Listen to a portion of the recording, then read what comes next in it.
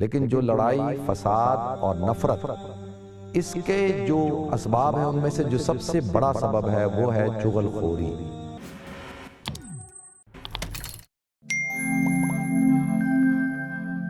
الحمدللہ رب العالمین والعاقبۃ للمتقین والصلاة والسلام علی اشرف الانبیاء والمرسلین وعلی آلہ وصحبہ اجمعین۔ اما بعد فاعوذ باللہ السمیع العلیم من الشیطان الرجیم، بسم اللہ الرحمن الرحیم۔ یا ایھا الذین آمنوا اجتنبوا کثیرا من الظن ان بعض الظن اسم ولا تجسسوا ولا یغتب بعضکم بعضا ایحب احدکم ان یأکل لحم اخیہ میتا فکرہتموہ واتقوا اللہ ان اللہ تواب الرحیم۔ صدق اللہ العظیم۔ اللہم صلی علی محمد وعلی آل محمد کما صلیت علی ابراہیم وعلی آل ابراہیم انک حمید مجید۔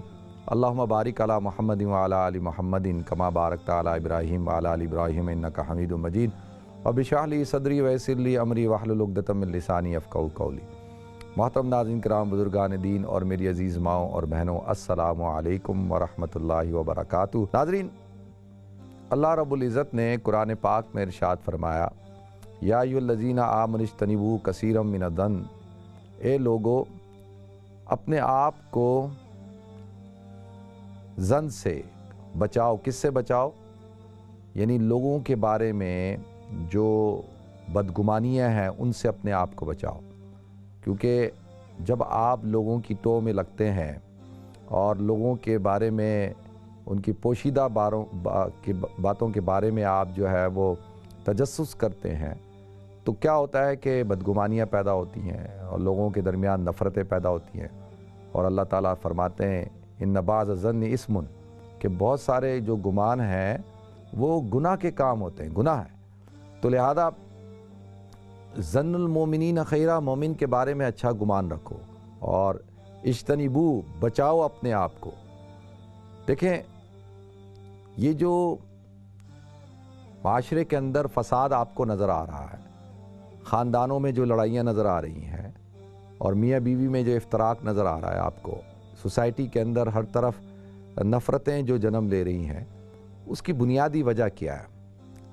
ناظرین، اس کی بہت ساری وجوہات ہیں، کیونکہ برائی کا کوئی ایک سبب تو نہیں ہوتا، اس کے تو کئی اسباب ہوتے ہیں، لیکن جو لڑائی، فساد اور نفرت، اس کے جو اسباب ہیں ان میں سے جو سب سے بڑا سبب ہے وہ ہے چغل خوری۔ چغل خوری کس کو کہتے ہیں؟ چغل خوری کہتے ہیں کہ لوگوں کے درمیان میں ایسے بات کرنا کہ ان کے درمیان فساد پیدا ہو جائے، دو افراد کے درمیان، کئی افراد کے درمیان ایک دوسرے کے بارے میں ایسی گفتگو کریں کہ جس سے فساد پیدا ہو، وہ چغل خوری ہے۔ اب چغل خور جو ہے وہ اس کی سزا کیا ہے؟ اسلام اتنی بڑی سزا اس کو دیتا ہے کہ جنت کے اندر جو ہے وہ داخل ہی نہیں ہوگا چغل خور۔ اس کی بنیادی وجہ یہ ہے کیونکہ چغل خور جو ہے معاشرے کے اندر، خاندان کے اندر فساد پیدا کرتا ہے، لڑائی جھگڑے کو پیدا کرتا ہے۔ ناظرین، آج ہماری جو سوسائٹی ہے، ہمارا جو معاشرہ ہے، اسلامی معاشرہ، اس کے اندر یہ ساری برائیاں پیدا ہو چکی ہیں۔ خاص طور پہ خاندانوں کے اندر یہ بیماری بہت پائی جاتی ہے۔ یہ کچھ لوگ ہوتے ہیں جن کے ساتھ یہ بیماری جو چغل خوری کی بیماری ہے، نفسیاتی طور پر ان کے ساتھ کوئی پرابلم ہوتی ہے، اور جتنا بھی کر لیں کہ ان کی کوشش یہ ہوتی ہے کہ لوگوں کے درمیان لڑائی کو پیدا کریں، لوگوں کے درمیان فساد کو پیدا کریں۔ اور سب سے بڑا فساد کیا ہے جس سے اللہ تعالیٰ ناراض ہوتے ہیں؟ وہ ہے میاں بیوی کے درمیان تفرقہ ڈال دینا، ایسی باتیں کرنا بیوی سے کہ وہ شوہر کے بارے میں بدظن ہو جائے، شوہر سے ایسی باتیں کریں کہ وہ بیوی کے بارے میں بدظن ہو جائے۔ اب آپ دیکھیں کہ کتنا دکھ ہوتا ہے کہ ہم کہنے کو مسلمان ہیں اور ہم دیندار بھی ہیں، نمازیں بھی پڑھتے ہیں، قرآن کی تلاوت بھی کرتے ہیں، اور دعویٰ کرتے ہیں کہ ہم سے بڑا دیندار کوئی نہیں، لیکن دیندار گھرانوں کے اندر یہ بیماری زیادہ پائی جاتی ہے، اور وہاں پر لوگ، خواتین جو ہے وہ ایک دوسرے کے بارے میں بات کرنا، برائی بیان کرنا۔ دیکھیں، میں غیبت کی بات نہیں کر رہا، غیبت ایک ٹوٹلی ڈیفرنٹ چیز ہے، یہاں پر چغل خوری کی بات ہے۔ اور چغل خور کیا ہوتا ہے؟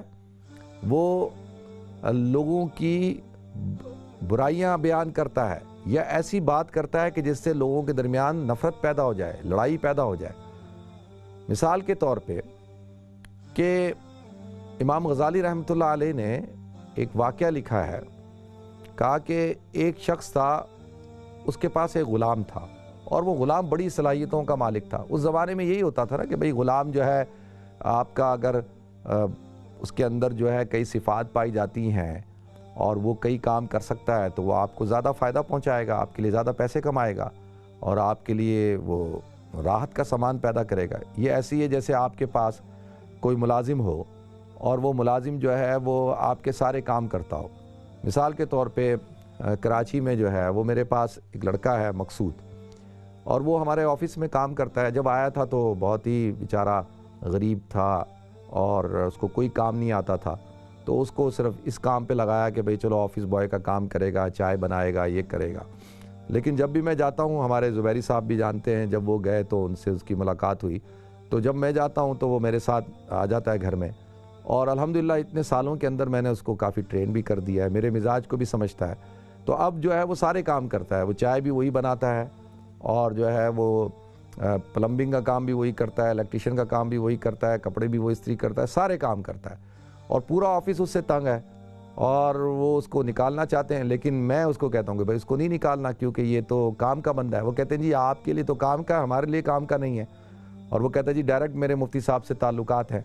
تو لہذا اب میں تو دیکھیں محبت کرتا ہوں نا، لیکن اس کے ساتھ ساتھ اس کے اندر کئی صفات پائی جاتی ہیں۔ اب وہ الگ بات ہے کہ کچھ لوگوں کے ہمارے معاشرے کے اندر پرابلم ہو جاتی ہے۔ تو عرض یہ کرنا چاہ رہا ہوں میں کہ وہ ایک غلام تھا، اس کے اندر کافی اچھائیاں پائی جاتی تھیں، اور برائی کیا تھی؟ اس کے اندر برائی یہ تھی کہ وہ ایک دوسرے کی برائیاں بیان کرتا تھا، چغل خوریاں کرتا تھا۔ تو وہ جو مالک تھا اس نے تنگ آ کر کے اس کی روز روز کی لڑائی سے، فساد کھڑا کرنے سے اس نے اس کو بیچنے کا ارادہ کیا۔ تو امام غزالی رحمۃ اللہ علیہ نے یہ واقعہ لکھا ہے، وہ کہا کہ جب اس کو وہ غلام کو بیچ رہا تھا تو ایک شخص آیا، اس نے آ کے دیکھا اور اس نے غلام کا سودا کرنا چاہا، تو اس شخص نے کہا کہ بھئی یہ غلام کی ساری عادتیں ٹھیک ہیں، لیکن اس کے اندر ایک بری عادت یہ ہے کہ یہ ادھر کی بات ادھر لگاتا ہے، ادھر کی بات ادھر لگا دیتا ہے، تو یہ لوگوں کے درمیان لڑائی کراتا ہے۔ تو اس نے کہا ٹھیک ہے میں اس کو سنبھال لوں گا، مجھے پتہ ہے لوگوں کو کیسے ہینڈل کرنا ہوتا ہے۔ ٹھیک ہے، ہر آدمی دیکھیں کان کا کچا بھی نہیں ہوتا نا، بہت سارے لوگ کان کے کچے ہوتے ہیں۔ اب مثال کے طور پہ اب مجھے آ کے کہے کہ جی وہ فلاں بندہ جو ہے وہ یہ کہتا ہے، فلاں یہ کہتا ہے، فلاں یہ کہتا ہے، فلاں، تو میں کیا کرتا ہوں، میں پہلے سن لیتا ہوں، سننے کے بعد پھر اسی کی اصلاح کرتا ہوں۔ میں کہتا ہوں کتنی بری بات ہے، تم کیوں لوگوں کی باتیں کر رہے ہو، اور تمہیں ایسے نہیں کہنا چاہیے، ایسا نہیں سوچنا چاہیے۔ تو اب اور اکثریت ہم میں سے لوگ وہ ہوتے ہیں جو کان کے کچے ہوتے ہیں۔ تو اب وہ اس نے کہا نہیں میں اس کو سنبھال لوں گا۔ تو آتا ہے کہ وہ اس کو لے کے چلا گیا گھر میں، اور جب لے کے گیا تو دیکھا تو وہ تو غلام بڑا کام کا بندہ تھا، ہر کام کرتا تھا اور بڑا چست تھا، سارے کام کرتا تھا۔ تو کچھ دنوں بعد اس نے جو ہے دیکھا کہ بھائی وہ یہ تو بڑا سیٹل ہو گیا ہے۔ تو ایک دن کیونکہ کہتے ہیں نا کہ انسان جو ہے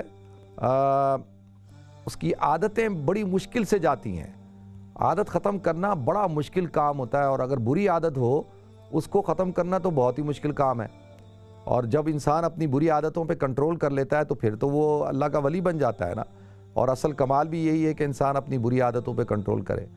تو ایک دن اس نے کیا کیا کہ غلام نے جو آقا کی جو بیوی تھی اس سے کہا کہ مجھے ایسا لگتا ہے کہ تمہارا جو شوہر ہے وہ کسی ایک اور عورت سے شادی کرنا چاہتا ہے اور تمہیں طلاق دینا چاہتا ہے۔ تو اس نے کہا یہ کیسے، وہ تو مجھ سے بڑی محبت کرتا ہے، ہمارا تو گھر بڑا آباد ہے۔ اس نے کہا نہیں، اور مجھے ایسا لگتا ہے، اور میں نوٹ کر رہا ہوں کچھ عرصے سے۔ تو اب عورتیں بھی شکی ہوتی ہیں نا، فوراً اس کے دل میں شک آ گیا۔ تو اس نے کہا کہ ایسا کرو کہ تم اپنے شوہر کے بال مجھے لا کے دے دو، تھوڑے سے بال، اور میں ان بالوں پہ جو ہے وہ ایک عامل سے عمل کروا کے دے دوں گا، اس سے تمہارا شوہر تمہارے قابو میں رہے گا۔ اس نے کہا ٹھیک ہے، اس طرح تم ساتھ لے جاؤ، رات کو جب وہ سوئے تو اس کے بال کاٹ کے مجھے دے دینا۔ اب وہ خاتون جو ہے اس نے اپنے پاس اس طرح رکھا کہ میں رات کو جو ہے شوہر کے بال جو ہے وہ کاٹ کے دوں گی۔ ادھر شوہر کو کہتا ہے کہ تمہاری جو بیوی ہے اس کا چکر جو ہے کسی بندے سے چل رہا ہے، اور وہ موقع کی تلاش میں ہے، جیسے اس کو موقع ملا وہ تمہیں قتل کر دے گی، تمہاری ساری جائیداد پہ قبضہ کر لے گی اور دوسرے مرد سے شادی کر لے گی۔ وہ بندہ کہتا ہے کہ نہیں، میری بیوی تو مجھ سے بہت محبت کرتی ہے اور ایسا ہو نہیں سکتا۔ اس نے کہا دیکھ لینا رات کو تم، جب رات کو تم سو تو سونا نہیں، سونے کی ایکٹنگ کرنا، دیکھنا کہ وہ تم پر حملہ کرے گی۔ اب آپ دیکھیں جب رات ہوئی تو اس نے جب سونے کی ایکٹنگ کی تو بیوی نے اس طرح نکالا بال کاٹنے کے لیے، اور جیسی وہ اس طرح اس کے سر کے قریب لے کے گئی تو شوہر جاگ گیا۔ وہ تو سو نہیں رہا تھا، وہ تو جاگا ہوا تھا، اور اس نے اپنی بیوی کا ہاتھ پکڑ لیا اور اس نے کہا، اس کو اب شک نہیں رہا، اس کو تو یقین ہو گیا کہ واقعی میں یہ تو مجھے قتل کرنا چاہتی ہے۔ اب وہ لاکھ اس کو کہہ رہی ہے تو اس کی بات اس نے نہیں مانی، اور اس نے اس طرح سے جو ہے وہ اپنی بیوی کو قتل کر دیا۔ بیوی کو قتل کر دیا۔ صبح جب بیوی کے گھر والوں کو خبر ملی کہ شوہر نے ہماری بیٹی کو، بہن کو قتل کر دیا، انہوں نے آ کے اس بندے کو قتل کر دیا۔ اب آپ دیکھیں کہ ہنستا بھستا گھر جو ہے تباہ و برباد ہو گیا، صرف کس کی وجہ سے؟ ایک چغل خور کی وجہ سے۔ چغل خور نے اپنا کام تو کر دیا۔ اب سوال یہ اٹھتا ہے، کیا ہم جن کے سامنے چغل خوری کی جاتی ہے وہ کانوں کے کتنے پکے ہیں؟ اگر انسان کان کا کچا ہے تو پھر اس کو تیار رہنا چاہیے کہ وہ ہر وقت کسی نہ کسی پریشانی میں مبتلا ہوگا، اور بڑی آسانی کے ساتھ لوگ اس کو ورغلا دیں گے، اور اکثریت ہم میں ایسے ہی لوگوں کی ہوتی ہے، اور ہم کانوں کے بہت کچے ہوتے ہیں۔ تو لہذا ناظرین، اسی لیے اسلام میں بڑی سخت سزا ہے چغل خور کے لیے۔ حضور اکرم صلی اللہ علیہ وسلم آپ قبرستان کے پاس سے گزر رہے تھے تو آپ نے دیکھا کہ دو قبروں پہ عذاب ہو رہا ہے، اور ایک کے اوپر عذاب اس لیے ہو رہا ہے کہ وہ پیشاب کے قطروں سے اپنے آپ کو نہیں بچاتا تھا، اور دوسرے مردے کے اوپر اس لیے عذاب ہو رہا ہے کہ وہ چغل خور تھا۔ تو لہٰذا اب دیکھیں کہ چغل خوری کی بنیاد پر قبر کا عذاب ہوتا ہے، تو لہذا یہ اتنا سخت سزا ہے، اتنا سخت عذاب ہے کہ اللہ تعالیٰ میری بھی حفاظت فرمائے، آپ کی بھی حفاظت فرمائے، صرف اس بنیاد پر کہ چغل خور دو افراد، دو خاندانوں کے درمیان کیا کرتا ہے؟ فساد کو پیدا کر دیتا ہے، لڑائی کو پیدا کر دیتا ہے۔ اب دیکھیں گھروں کے اندر جو نندیں ہوتی ہیں وہ بھاوج کی شکایت لگا رہی ہیں یا اس کے بارے میں باتیں کر رہی ہیں، ساس کو بہو کے خلاف ورغلا رہی ہیں، بہو کو ساس کے خلاف ورغلا رہی ہیں، اور شوہر کے کان بھر رہے ہیں ماں کے خلاف، اور ماں جو ہے وہ بیٹے کے کان بھر رہی ہے شوہر کے، بہو کے خلاف۔ تو لہذا دیکھیں گھروں کے اندر ہی اور چھوٹی چھوٹی باتوں کے اندر لڑائی کھڑی ہو گئی، فساد کھڑا ہو گیا، باتیں یہاں تک پہنچ جاتی ہیں، طلاق تک پہنچ جاتی ہیں، لڑائی جھگڑے تک پہنچ جاتی ہیں، پھر قتل و غارت گری تک پہنچ جاتی ہیں۔ آئے دن آپ سنتے رہتے ہیں کہ جی فلاں شخص نے جو ہے وہ قتل کر دیا، روز اخبار پڑھیں، روز آپ خبریں پڑھیں کہ جو ہے فلاں نے شک کی بنیاد پہ بیوی کو قتل کر دیا، بیوی نے شوہر کو قتل کر دیا، فلاں نے اپنے آشیاں اس کے ساتھ مل کے، جس سے وہ محبت کرتا ہے اس کے ساتھ مل کر جو ہے اپنے شوہر کو، بیوی کو قتل کر دیا، اور لڑائی ہو رہی ہے، جھگڑا فساد۔ اس کی بنیادی وجہ یہی ہے کہ ہماری تربیت نہیں ہوئی۔ تو لہذا سب سے پہلے تو ناظرین ہمیں اپنی تربیت کرنے کی ضرورت ہے۔ اسی لیے اللہ کے رسول صلی اللہ علیہ وسلم نے ارشاد فرمایا کہ دیکھو تم میں بہترین آدمی وہ ہے کہ جس کو تم دیکھو تو دیکھنے سے اللہ یاد آئے، جس کو دیکھ کر انسان اللہ کو یاد کرے، جس کو دیکھ کر انسان کے دل کے اندر آخرت کی محبت پیدا ہو، اسلام کی محبت پیدا ہو، جس کو دیکھ کر انسان کی طبیعت خوش ہو جائے۔ اور تم میں بدترین آدمی وہ ہے کہ جس کو دیکھ کر انسان جو ہے وہ اللہ سے دور ہو جائے، دین سے دور ہو جائے۔ اور بدترین آدمی وہ ہے جو چغل خور ہو، اور جو چغل خوریاں کرتا ہو، لوگوں کو آپس میں لڑاتا ہو، اور وہ شخص جو لوگوں کے اندر تہمتیں پیدا کرتا ہو، بدگمانیاں پیدا کرتا ہو، اور زنا کی تہمتیں لگاتا ہو۔ آج دیکھیں ہمارے ہاں فوراً ہم کیا کرتے ہیں، ایک دوسرے کے اوپر تہمت لگانا شروع کر دیتے ہیں۔ اگر کوئی دنیا دار آدمی ہوگا، مالدار آدمی ہے، اگر اس کے پاس پیسہ ہے پہلے سے، تو اب اس کے اوپر تو کرپشن کا الزام لگے گا نہیں کہ بھئی اتنا پیسہ اس کے پاس ہے، تاجر ہے، اتنا بزنس ہے۔ اب اس کے اوپر اس کی اخلاقی اس کے اوپر الزام لگانا شروع کر دو کہ اس کے اخلاق خراب ہے۔ اسی طریقے سے کوئی دیندار آدمی ہے تو اس کے اوپر الزام لگانا شروع کر دو۔ لیکن صلاح الدین ایوبی رحمۃ اللہ علیہ، کبھی آپ نے ان کی ہسٹری پڑھی کہ وہ کس طرح سے اللہ تعالیٰ نے ان کو صلاح الدین ایوبی کا خطاب عطا کیا، بادشاہ بنا دیا.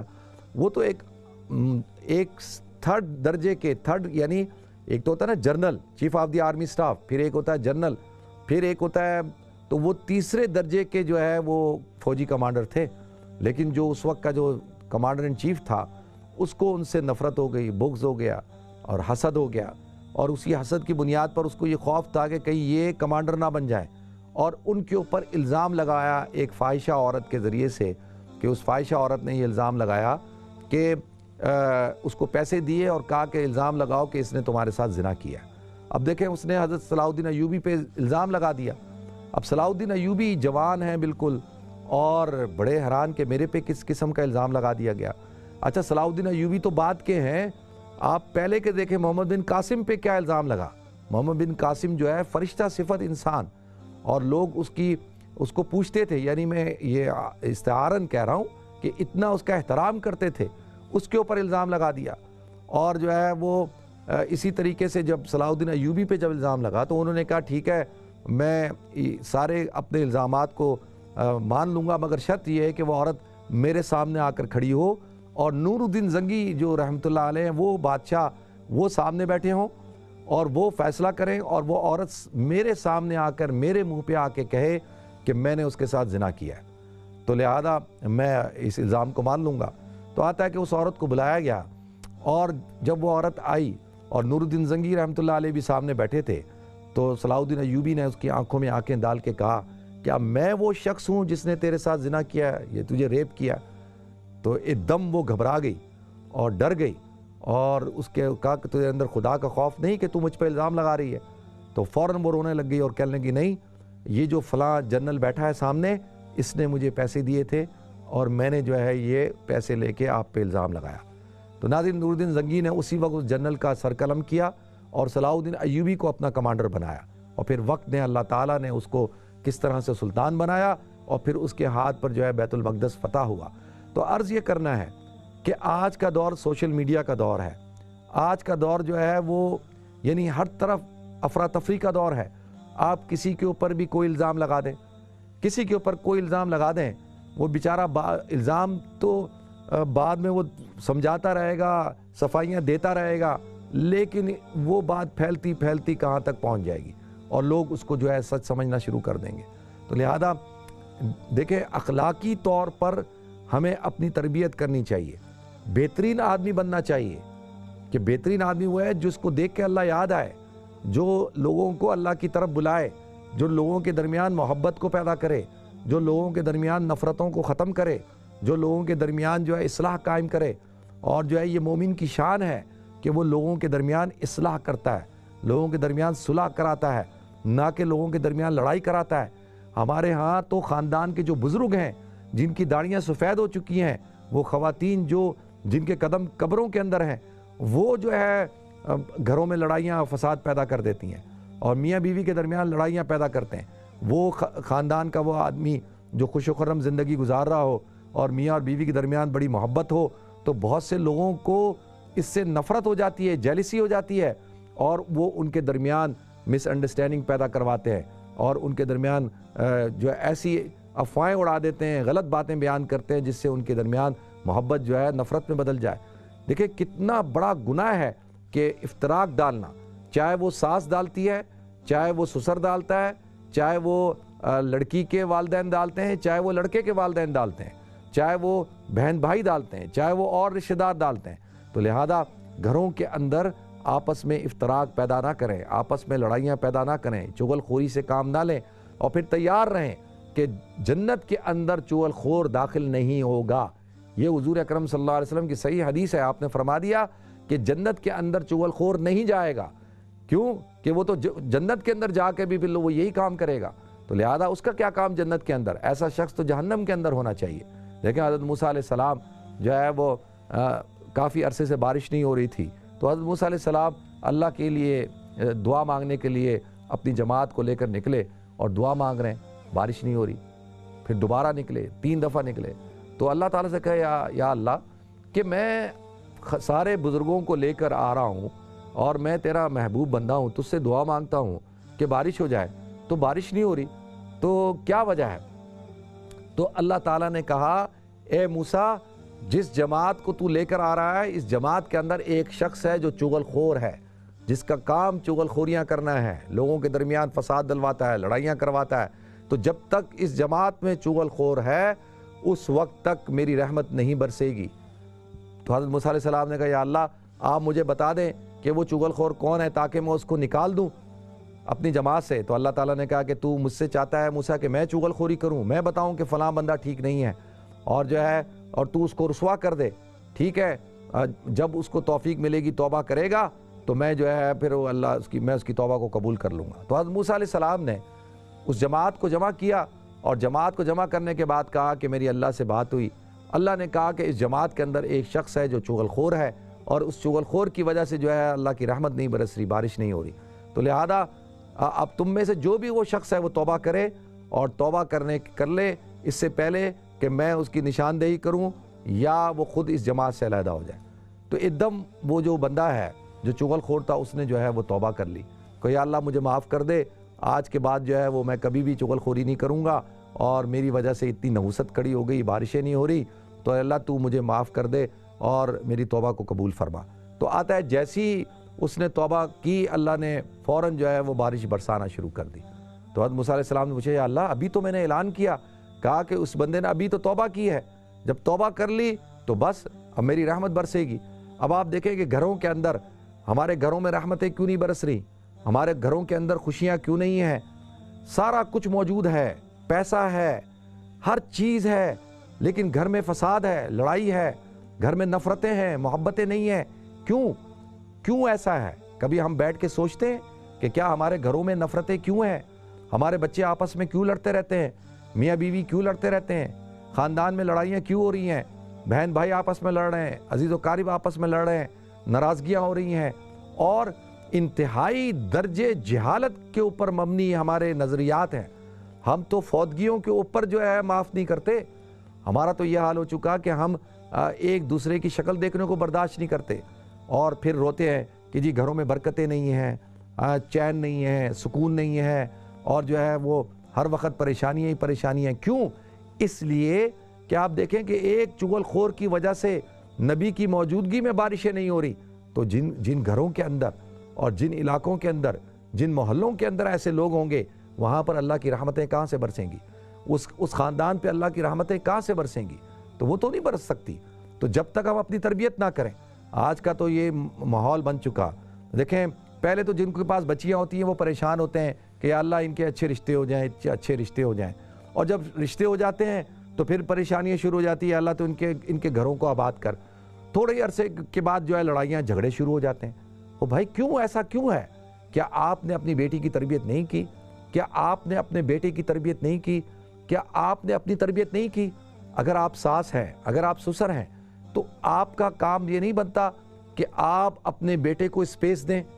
یہ کون سا رویہ ہے کہ آپ بیٹوں کو اوپر کنٹرول کر لیں کہ جی میرا بیٹا ہے اور جی او بھائی یہ بات اپنے ذہن میں بٹھائیں کہ جو سکون ایک مرد کو اس کی بیوی دے سکتی ہے وہ ماں نہیں دے سکتی۔ دیکھیں ماں کی گود کے اندر بیٹے کو وہ سکون ملتا ہے جو دنیا کی کسی کائنات کی کسی عورت کی گود میں نہیں مل سکتا، لیکن وہ سکون جو بیوی دیتی ہے وہ ماں بھی نہیں دے سکتی۔ تو لہذا ہمیں سوچنا چاہیے کہ ہم کس قسم کا رویہ اپناتے ہیں۔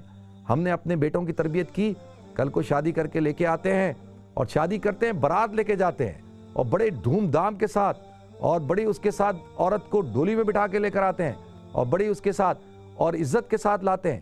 تو وہ عزت کدھر گئی جو آپ گھر کے اندر لے کے آئے اور دوسرے دن ہی آپ اس کو بے عزت کر رہے ہیں اور آپ اس کو اس کے گھر چھوڑ دیتے ہیں، اس کو دھمکیاں دیتے ہیں۔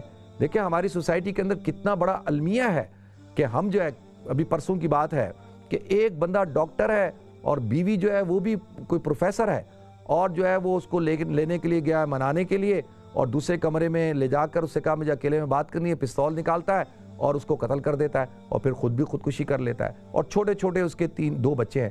اب سوال یہ اٹھتا ہے کہ کیوں اس نے انتہائی درجے قدم اٹھایا، کیوں اس نے اپنی بیوی کو گولی ماری، خودکشی کی؟ خبر تو بن گئی، ہم سب نے پڑھ بھی لی، سن بھی لی ٹی وی پہ، لیکن کبھی ہم نے غور کیا کہ ایسا کون سا رویہ تھا کہ جس رویے کی بنیاد پر وہ اس انتہائی قدم اٹھانے تک پہنچا؟ تو لہذا ہم لوگ جب تک اپنی تربیت نہیں کریں گے، اپنی تربیت کریں، سب سے پہلے میں اپنی تربیت کروں، لوگوں کو عزت دینا سیکھیں اور لوگوں کی بیٹیوں کو عزت دینا سیکھیں، بہوؤں کو عزت دینا سیکھیں، بہویں جو ہیں ساسوں کو عزت دینا سیکھیں۔ اور سسر بیٹھ کر تماشا دیکھ رہا ہوتا ہے اور اس کو چاہیے اپنا رول ادا کرے، وہ مرد ہے، اللہ تعالیٰ نے اس کو حاکم بنایا ہے، الرجال قوامون علی النساء، اللہ تعالیٰ قرآن میں کہتے ہیں کہ مردوں کو اللہ نے عورتوں پہ قوام بنایا ہے، اس کی ذمہ داری زیادہ بنتی ہے کہ وہ گھر کی عورتوں کو لگام دے، تو لہذا اپنی بیوی کو لگام دے، اپنی بیٹی کو لگام دے، اور جو ہے وہ اسی طرح سے جو ہے وہ ساس سسر کا بھی کام یہ ہے کہ وہ اسپیس دیں۔ اسی طرح سے جو ہے اپنی جب بیٹی کی آپ شادی کر رہے ہیں تو اس کو سمجھائیں، اس کو بتائیں کہ بھائی تو جس گھر کے اندر جا رہی ہے اس گھر کے ماحول کو تو نے اڈاپٹ کرنا ہے، تو نے یہ جو نخرے بازیاں یہ نہیں کرنی ہے، اب تو جو ہے تیرے ناز نخرے اٹھانے والے ماں باپ نہیں رہے، وہ تیرے ساس سسر ہیں اور وہ تیرا شوہر ہے، وہ تمہاری ایک ایک چیز کو نوٹ کرے گا۔ تو لہذا یہ ساری چیزیں ہیں ناظرین۔ اور پھر تھوڑے ہی عرصے کے اندر جو ہے لڑائی جھگڑے، طلاق کا ریشو کیوں بڑھ رہا ہے؟ آج کیا وجہ ہے طلاق کا ریشو بڑھ رہا ہے؟ اس کی وجہ یہی ہے کہ لڑکیوں کی تربیت بھی نہیں ہوئی، لڑکوں کی تربیت بھی نہیں ہوئی، بلکہ بڑوں کی نہیں ہوئی۔ اگر میں یہ کہوں کہ بڑوں کی تربیت ہو جائے تو وہ اپنے بچوں کی تربیت بھی کر دیں، لیکن انہوں نے بھی نہیں کی۔ ہم بحیثیت معاشرہ ہماری تربیت کیا ہے؟ دیکھیں ہمارے ہاں جو ڈرامے دکھائے جاتے ہیں اور جو ڈرامے ہم دیکھتے ہیں، جو ہماری عورتیں دیکھتی ہیں، اب آپ مجھے بتائیں ان ڈراموں میں ہے کیا؟ سوائے خاندانی پالیٹکس کے، سوائے عاشقی معشوقی کے، سوائے اس کا چکر اس کے ساتھ چل رہا ہے، اس کا چکر اس کے ساتھ چل رہا ہے، اور شادی شدہ ہوتے ہوئے چکر دکھاتے ہیں۔ تو لہذا اب آپ مجھے بتائیں کہ جس معاشرے کے اندر ماں بیٹی بیٹھ کر اس قسم کے ڈرامے دیکھے گی اور پورے دیکھے گی اور سیریل وائز دیکھے گی تو اس کی کیا تربیت ہوگی؟ اب تربیت کہاں پہ کرے؟ گھر ہمارا خاندان جو ہے وہ تو فلاپ ہو چکا، ماں باپ کی تربیت ہوئی نہیں تو وہ اولاد کی کیا خاک تربیت کرے گی؟ اسی طرح سے جو ہے سوسائٹی بھی تربیت نہیں کر پائی۔